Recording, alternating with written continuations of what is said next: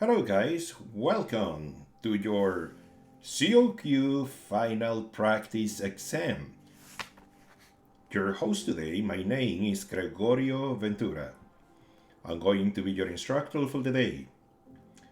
And this is just an introduction in order to help you see the way in which you are going to be taking this test and how the test is going to be assessed once you have finished your 100 questions. Please make sure that you take the time to read all the introductory information thoroughly.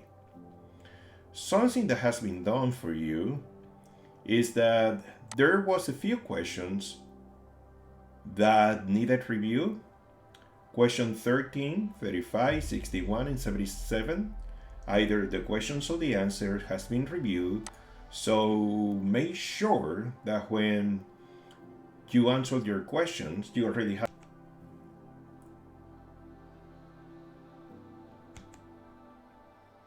to any other question, let's say question number 4, but you don't know the answer. You are not sure what should be the right answer for question number 4. So instead of spending, let's say 10 or 15 minutes trying to figure it out, my recommendation would be that since you have the advantage of being able to go back and forth, that instead of answering question number 4, you just keep going. And just to give you an example, I'm just going to answer some questions randomly, but I'm not going to answer question number 4 because that's the one that I didn't know. So you can see that as I continue clicking all my different answers, that all these questions on the left pane are presenting a check mark, meaning that those questions has been answered. Any question that I haven't answered are going to have the 2 little dashes at the bottom, which give us the advantage of being able to go back to answer those specific questions.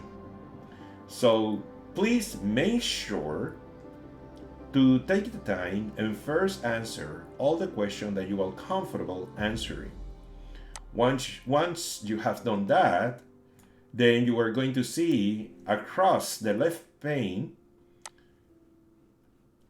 a bunch of check marks, meaning that you have answered those questions.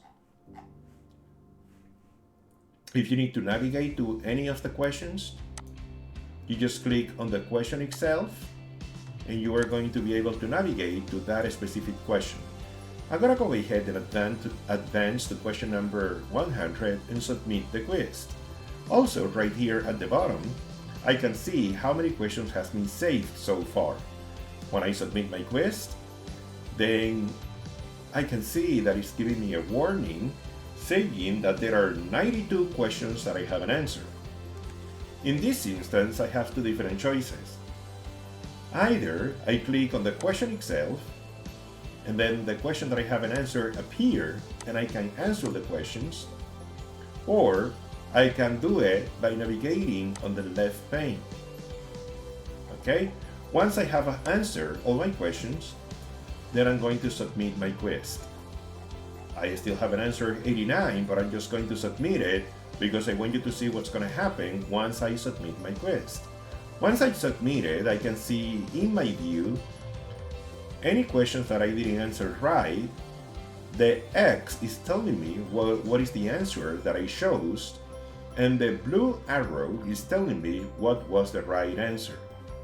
I'm going to advance to question number 27, which is the one that we answered together, and it tells me that question number 27 was indeed A, meaning that the answer on that question was correct.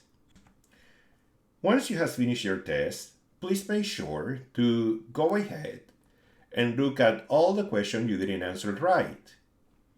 Look at your answer key and try to find out which question you didn't answer right.